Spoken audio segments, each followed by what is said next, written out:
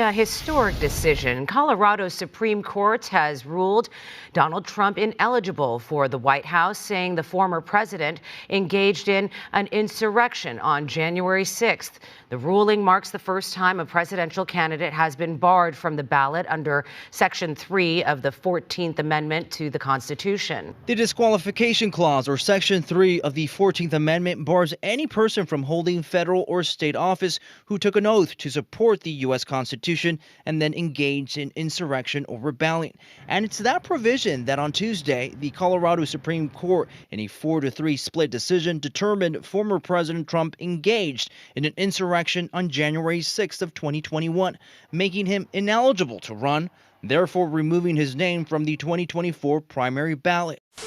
2 voters from Hampton Roads are joining the effort to take former President Donald Trump off the ballot in 2024. So there's a federal lawsuit citing the 14th Amendment, which says anyone who engaged in insurrection or rebellion cannot run for office. And these 2 Virginians claim that means Trump shouldn't be on the ballot in Virginia because of his alleged role in the January 6th Capitol attack. Now, California's lieutenant governor says she wants her state's elections office to do the same.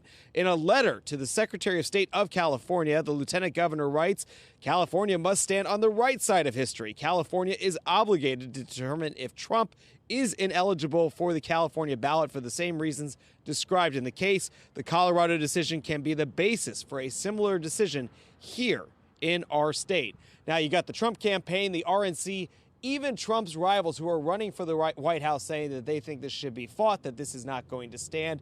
And Trump, of course, is made it very clear that he is eager to get his supporters to chip in to help with his legal fight. And he has been fundraising heavily ever since this Colorado decision was handed down. So we know that they're going to appeal to the Supreme Court, but the window, guys, here for something to happen is quite small because, as we talked about, the Iowa caucus is fast approaching, and Colorado, while their primary is not until a little bit later, I think it's in mid-March, they have to print the ballots in January, so they have to get this done fairly soon. Patrick Morrissey announced the court in Charleston had dismissed a lawsuit seeking to disqualify Trump from appearing on the ballot.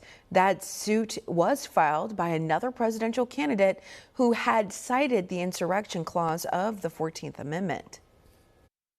I thought it was truly outrageous. It's wildly inconsistent with the rule of law, and there's been no finding of insurrection, and it's really absurd. Not only has there been no trial and no charge of insurrection, but there's been no court finding. If conspiring to overthrow a free and fair election doesn't trigger the insurrection clause of the 14th Amendment, I'm not sure what does. So we're a nation of laws.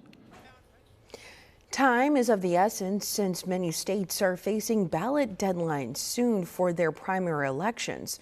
19 states, including West Virginia and Kentucky, are working together to prevent Trump from being removed from state ballots. December 7th, 1941. September 11th, 2001. And January 6th, 2021. I'm going to go.